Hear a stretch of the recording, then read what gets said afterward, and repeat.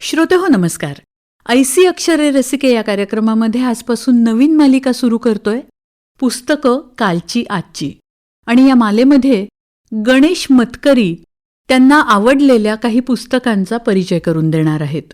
आजच्या पहिल्या भागात ऐकूया गणेश मतकरी यांनी जिब्रिश कथा या पुस्तकाविषयी मांडलेले विचार. जिब्रिश कथांचा लेखक सुजय जाधव हा तरुण आहे.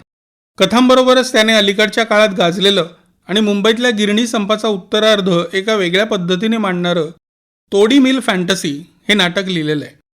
हे नाटक म्हणजे विनोदी बाजाची संगीतिका आहे, पण मुळात एका गंभीर पायावर उभी राहिलेली.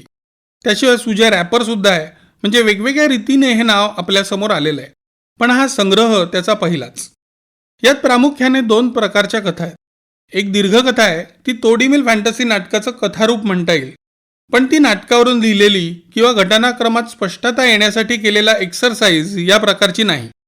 ती एक उत्तम लिहिलेली कथा आहे. ही कथा सुजयने प्रख्यात लेखक जयंत पवारला अर्पण केली आहे आणि त्याचं कारण कथेच्या आशयातच स्पष्ट कळण्यासारखं आहे. जयंत पवारांच्या लेखनात गिरणगाव, त्यात होत गेलेले बदल, सर्वसामान्य माणसांच्या आयुष्यावर त्याचा होणारा परिणाम हे सारं नियमितपणे येत असे. ही कथा त्यांच्या साहित्याशी नातं सांगणारी आहे.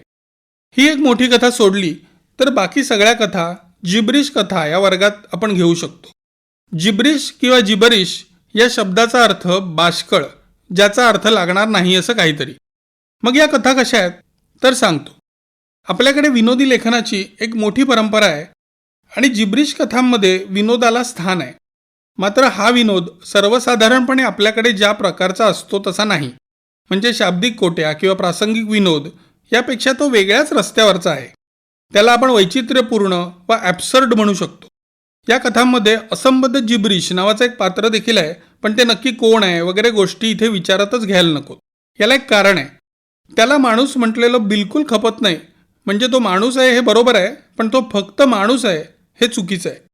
या पात्राविषयी असे चमत्कारिक उल्लेख आपल्याला जागोजागी दिसतात.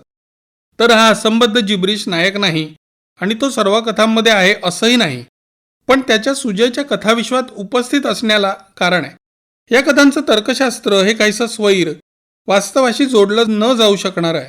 एरवी निवेदनाची जी ओळखीची पद्धत आहे तिच्याशीही फारकत घेणार आहे. ओळखीची चौकट मोडल्याची खूण असल्यासारखं हे पात्र आपल्याला वेळोवेळी भेटतं. सुजयच्या जिब्रिश कथा एका साहित्य प्रकारात अडकत नाहीत. Science fiction, fantasy, magic realism, उपहास कथा किंवा विडंबन अशा अनेक वर्गात त्यांचा संचार सुरू राहतो. या कथांचं आणखी एक वैशिष्ट्य म्हणजे यातला लेखक अदृश्य नाही. कथा सांगणारा लेखक, ती वाचणारा वाचक आणि प्रत्यक्ष निवेदन होण्याची प्रक्रिया या घटकांची जाणीव या कथांमध्ये दिसते. कथा सांगणारा लेखक, ती वाचणारा वाचक आणि प्रत्यक्ष निवेदन होण्याची प्रक्रिया या घटकांची जाण कथांमध्ये दिसते. त्या सेल्फ अवेअर आहेत. हे कथन आहे आणि ते काय पद्धतीने बदलू शकतं हे या कथा जाणतात आणि त्यामुळे सुजयला त्यांच्या रचनेत खूप गमती जमती करून पाहता येतात. कधी कथा सांगता सांगता ती बदलत जाते, कधी निवेदन थांबवून लेखक वेगळ्याच विषयावर वाचकांशी गप्पा मारायला लागतो, कधी एखाद्या कथेचे चालू धागे मागे पडतात आणि नवे शिरतात. अशा सगळ्या गोष्टींमुळे ही कथन प्रक्रिया फार मजेदार झाली आहे.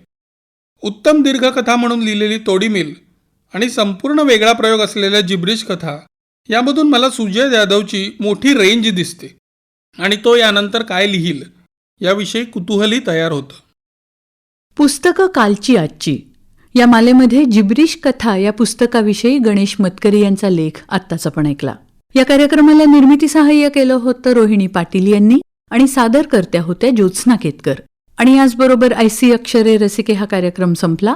पुन्हा भेटूया उद्याच्या भागात. नमस्कार.